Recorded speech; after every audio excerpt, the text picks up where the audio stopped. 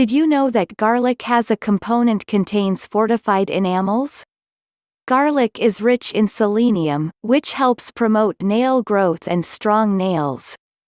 Garlic is also good for brittle nail.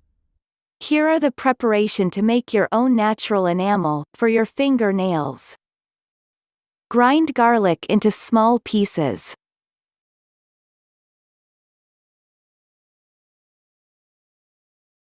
Gently apply and rub into your fingernails for 1 to 2 minutes.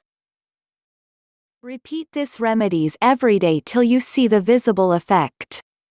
Another way to achieve this goal is by rubbing a lemon cap over your nails every day.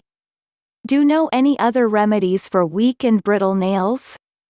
We would be happy if you could share with us, like, and comments down below.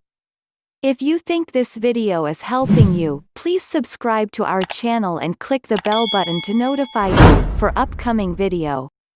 Thank you.